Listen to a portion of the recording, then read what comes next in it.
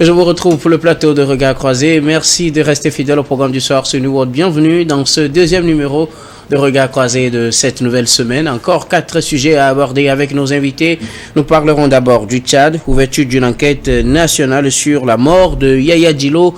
Notre deuxième sujet concerne le Nigeria pour parler d'une nouvelle vague d'enlèvement. Plus de 100 personnes kidnappées. Troisième sujet, nous nous rendrons en République démocratique du Congo. Le rétablissement de la peine de mort suscite de nombreuses réactions. Puis nous terminerons bien évidemment par le Togo, lancement des travaux de construction de 70 nouvelles formations sanitaires. Et pour en parler ce soir, 3 invités sur ce plateau avec moi. Maoulolo Arlidja, vous êtes journaliste et analyste politique. Bonsoir, confrère, et bienvenue. Bonsoir Guillaume, merci pour l'invitation. Merci beaucoup à vous d'avoir répondu à notre invitation. À côté de vous, Dado Nora Noviekou, vous êtes coordinatrice nationale du WANEP Togo. Bonsoir Dado et bienvenue. Merci Guillaume, bonsoir. Notre troisième invité ce soir, Prosper Agboklou, vous êtes journaliste et analyste politique. Bonsoir Prosper et bienvenue. Merci pour l'invitation Guillaume, et surtout un plaisir de se retrouver quand même avec une débattrice. Je crois que ça c'est une grande première que je rencontre aujourd'hui. C'est la première fois que ça va ça. Donc c'est un plaisir et merci à tous nos téléspectateurs. Alors avec vous, nous allons aborder notre premier sujet. Nous parlons du Tchad avec l'ouverture d'une enquête nationale sur la mort de Yaya Djilo. L'opposant tchadien a succombé à ses blessures officiellement le 28 février dernier. C'était dans l'assaut lancé contre le siège de son parti en plein cœur de N'Djamena, la capitale tchadienne. Une enquête au plan national a été ouverte pour situer les responsabilités. Le procureur près du tribunal de grande instance de N'Djamena se serait rendu avec son équipe sur le terrain pour voir de près les réalités et situer les responsabilités avec l'ouverture de cette enquête. Sauf que l'enquête n'arrive pas à convaincre bon nombre. Certains pensent que ce sera une enquête ouverte juste pour laver l'image de l'armée qui est accusée d'avoir tué, d'avoir donc tiré à bout portant sur cet opposant qui a finalement succombé le 28 février dernier. Je commence par vous, Prosper Agboklou. Enfin, une enquête est ouverte au Tchad pour situer les responsabilités et faire la lumière sur les conditions de décès ou la mort de Yaya Djilo. Oui, le patron du Parti Socialiste Sans Frontières, je crois, n'est pas à son premier tentative et finalement assassiné. On se rappelle qu'en 2021 déjà, sa maison avait été assiégée, bombardée. Il a fait même cas du décès de sa mère et de son fils, qui a été grièvement blessé.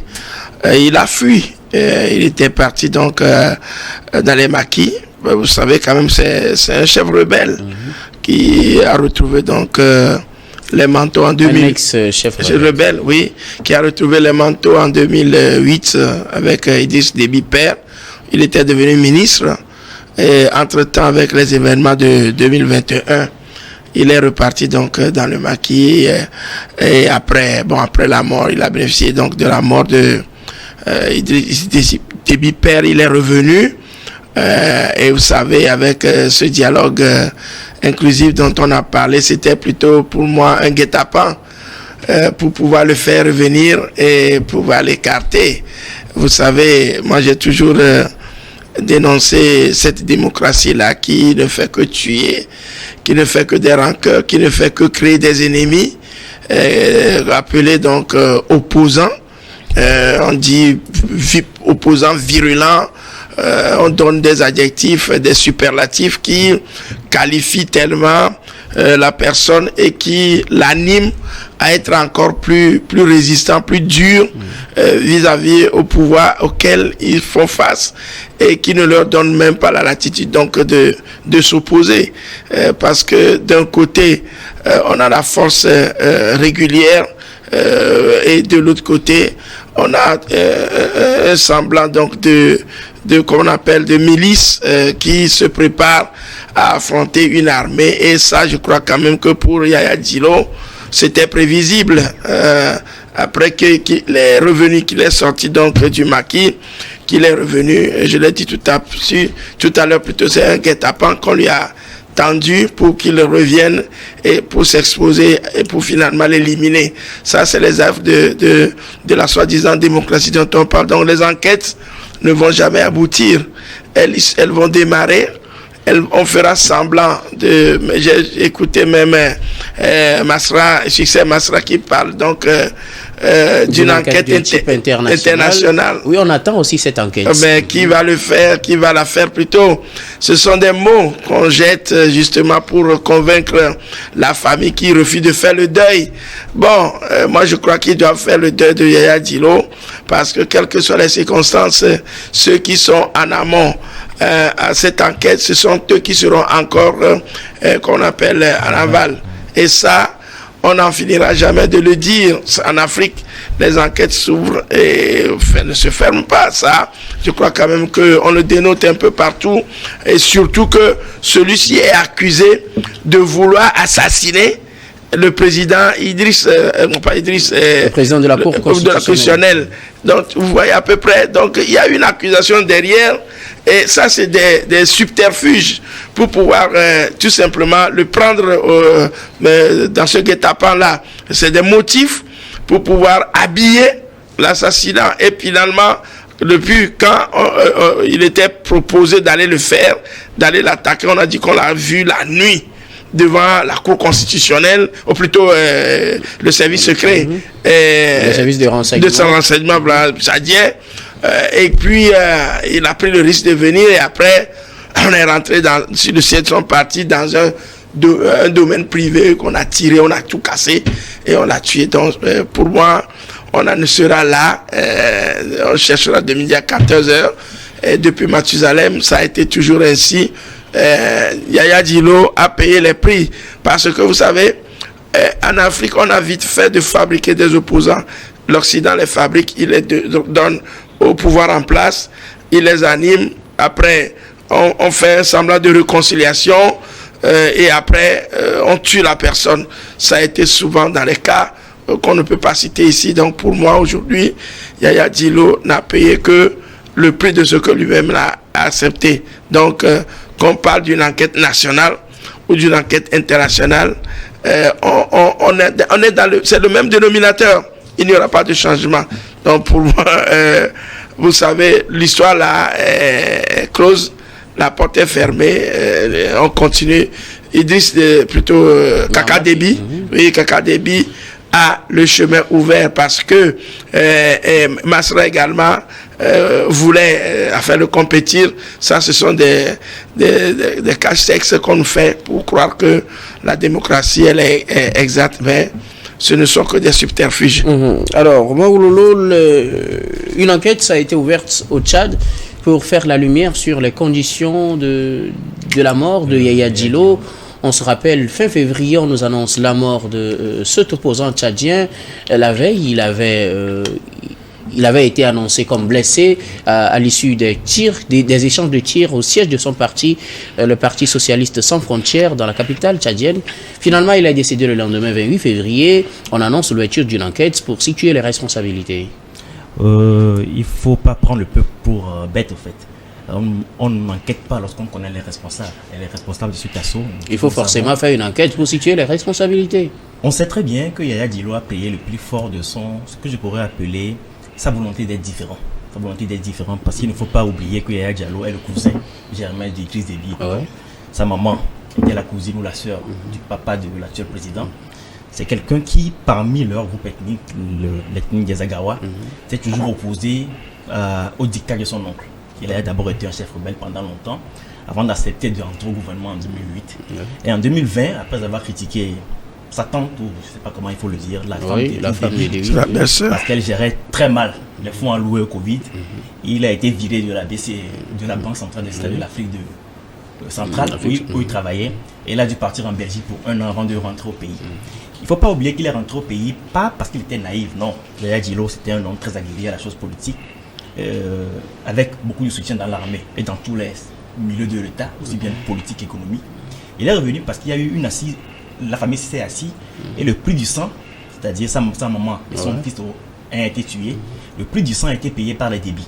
Bon, je ne sais pas comment les Agawa payent le prix du sang, la Diwa, je ne sais pas comment ils le font à leur niveau, mais ce qui est sûr, c'est que le prix du sang a été payé.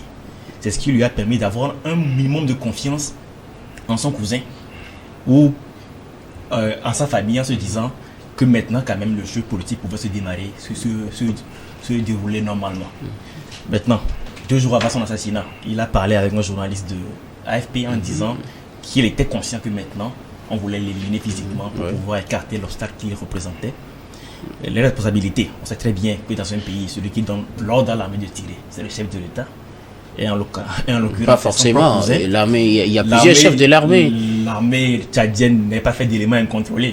Ils ne nous diront pas que ce sont des éléments incontrôlés qui sont partis tirer sur la résidence de Yaya Diallo. Bon, pour le moment, ils n'ont pas encore dit ça. Peut-être que les quand enquêtes les éléments incontrôlés cela vont tirer sur une résidence privée en pleine ville, l'armée régulière doit intervenir pour encadrer ces éléments. Non, l'armée a assumé quand même être allée d'abord pour le prendre et qu'il s'est opposé. Pour l'arrêter et qui se serait opposé. Et qu'il aurait été le premier à tirer. Ce qui est tout à fait normal parce que je ne vois pas dans quel pays l'armée est censée arrêter des gens. C'est à la police d'arrêter des gens. Il n'y a pas de procédure judiciaire dans laquelle l'armée va arrêter une personne qui était là à la maison. Donc le fait qu'il se soit opposé est tout à fait naturel, est tout à fait normal. On ne peut pas lui reprocher cela. Maintenant, cette enquête ne va... C'est une enquête de forme en fait. Le Tchad veut faire peau neuve, veut se faire passer pour une belle démocratie. Il faut voir un peu le jeu qui se passe actuellement entre Succès Masra et son chef de l'État. Il est toujours en pause en tant que Premier ministre, mais il se présente aux élections. Et son chef de l'État qui a promis qu'il laisserait le pouvoir aux civils en mai a décidé aussi de se présenter. Donc il ne faut pas attendre grand-chose de cette enquête selon moi. Pour vous aussi, c'est perdu d'avance. C'est de la poudre aux yeux. Il ne faut pas attendre grand-chose de cette enquête. En tout cas, peut-être nous verrons ce que Dado en dira. Dado, l'enquête a été annoncée pour situer les responsabilités sur la mort de l'opposant Yaya Diallo. Il est finalement mort le 28 février dernier. Oui, alors, je crois que je ne dirais pas le contraire. Hein. Vous doutez aussi de la crédibilité des enquêtes? Non, ce n'est pas une question de doute, c'est juste une évidence. C'est-à-dire que quand vous voyez le développement de cette histoire, en sachant que le monsieur constitue une menace au clan Déby, même si ils sont en famille, il y a aussi une guerre je dirais de leadership. Il y a une guerre intra-ethnique entre eux, ils ne s'entendent pas, ils voient les choses de différentes manières. Et je crois que Yaya se dira, pourquoi lui ne peut pas être légitime à gouverner, par exemple, parce que on sait aussi comment Déby fils est arrivé au pouvoir. Et donc, tout ça là n'est pas juste, quand on parle d'enquête, enquête par rapport à quoi? Par rapport à la mort, justement. Oui, mais en même temps, on sait ceux qui ont attaqué, on sait ceux qui ont tué. Donc, moi, je pense que l'Afrique, aujourd'hui, n'est pas encore sortie vraiment de cette situation, de cette posture ambiguë, où on a de la difficulté, je dirais, à exprimer ses opinions, à poser son avis. Aujourd'hui, beaucoup ne veulent pas des débats contradictoires. Ils veulent juste que tout le monde s'aligne en restant dans une même logique. Mais ça pose aussi une autre question. Est-ce qu'on est dans une démocratie ou dans une monarchie? Ça pose un problème. Donc, pour moi, quand on parle d'ailleurs, quand le Premier ministre parle d'enquête internationale, pourquoi il saute directement à l'enquête internationale? Ça veut dire que lui-même ne fait pas confiance aux instances nationales. Oui, je voulais revenir. Voilà. Du coup, c'est des indicateurs. Un opposant qui est nommé Premier ministre. Oui. Est-ce qu'il ne donne pas quand même une certaine crédibilité à ces différentes enquêtes qui seront ouvertes pour qu'on dise que tant qu'il est là, il va veiller à ce que ce soit bien fait pour que les responsabilités soient situées? C'est une logique. Mais la question est que, est-ce que ça va aboutir? On a vu aussi avec la crise de, je crois, 2020. Qu'est-ce qui s'est passé après? C'est l'amnistie qu'on a prononcée. Et donc, on n'a pas eu on n'a pas eu les conclusions de cette enquête-là pour savoir qu'est-ce qui s'est passé en octobre 2022, justement. Donc, ce n'est pas différent. Et d'ailleurs, le bâtiment, juste après le décès, on démolit le bâtiment. Vous avez peur de quoi? C'est autant de questions. Donc, pour moi, c'est pas qu'on doute, mais on fait juste une analyse logique. Et puis, on se dit, il y a des évidences qui montrent qu'en fait, il n'y a pas grand-chose qui va sortir de là. Maintenant, oui, on se dit, on attend voir. Le temps, c'est le meilleur juge. On verra bien d'ici les mois qui viendront si véritablement on nous montrera ou on montrera au peuple tchadien les coupables de cet assassinat et les motifs. Parce que même si on a avancé des motifs, moi je dis, ils sont en train déjà de se contredire eux-mêmes au regard de comment les choses s'enchaînent. Donc pour ma part, ce n'est pas une question de doute, mais c'est une question juste de cohérence et de logique. Et pour moi, je n'attends pas grand-chose. Et je pense que beaucoup de Tchadiens non plus n'attendront pas grand-chose de cette enquête. Alors, Maololo, est-ce que la personnalité de Succès Masra, aujourd'hui Premier ministre, qui normalement est un opposant au régime, ne peut pas donner une certaine garantie pour la crédibilité de cette enquête qui est ouverte, pour qu'on se dise, vu qu'il est là, peut-être il va mettre pression pour qu'on dise le droit, pour qu'on dise réellement ce qui s'est passé, parce qu'il s'était défendu de n'avoir pas été sur le terrain au moment des faits, et il avait promis une enquête de type international. En attendant que son enquête de type international ne soit ouverte, au niveau national, on ouvre quand même une enquête. Est-ce qu'il pourra faire le poids pour qu'on dise réellement ce qui s'est passé? Parce que là, on a deux versions. La version du camp de Yaya Djilo, qui estime que son leader Yaya Djilo a été tué, donc c'est un assassinat. Et puis il y a l'autre version qui dit qu'il a succombé en fait à ses blessures. Après. Ouais. Je pense que ce serait très naïf d'attendre quoi que ce soit de Succès Masra. Succès Masra a été un critique très acerbe de la composition du gouvernement tchadien. À chaque fois qu'il est passé sur les plateaux internationaux, il a dit que c'était un gouvernement pléthorique avec trop de ministres. Et finalement, quand il a lui-même formé son gouvernement, il a reconduit la plupart des ministres de Déby et il a ajouté 2 autres ministres en fait. Donc, il ne faut pas se leurrer. Je pense que Succès Masra a été contraint par des événements de la vie, a changé de discours et donc aujourd'hui, il n'a plus la crédibilité aussi bien envers son propre camp qu'envers lui-même pour pouvoir mener certains types d'action. Cette enquête ne se fera pas. Je ne pense pas, je ne vois pas quel pouvoir il a pour lancer une enquête internationale. Cette enquête ne se fera sûrement pas. Quant à l'enquête nationale, je doute fort du poids réel de Succès Masra aujourd'hui dans la politique, ou bien du moins face aux anciennes personnes qu'il a combattues. Il ne faut pas se leurrer par rapport à ça. Mais il faut aussi rappeler que Yaya Djilo a été surtout victime du fait qu'il a été rejoint à un moment donné par l'oncle, le frère d'Idriss Déby. Oui, effectivement, Saleh Déby, qui aurait, selon les informations dont on dispose, des moyens financiers colossaux et qui aurait été capable de soit partir une campagne très féroce, soit refinancer une nouvelle rébellion. Et ce n'est pas sûr qu'actuellement la France veuille encore défendre la peau d'un dictateur en Afrique. D'ailleurs, Saleh Déby n'est toujours pas retrouvé jusque-là, on ne sait pas. Il a été enlevé. Il a été enlevé et on ne sait pas où il est actuellement. Mais il faudrait que Succès Masra, qui, selon moi, joue le jeu d'Idriss Déby actuellement, et que Déby fils même, ne se leurre pas. Le Tchad est un pays qui a une tradition de rébellion assez forte. Et ils pourront être très désagréablement surpris dans les jours, dans les semaines, dans les mois à venir. Merci beaucoup. À vous pour vos analyses. Nous allons marquer la première pause, puis on revient juste après pour la suite de cette émission.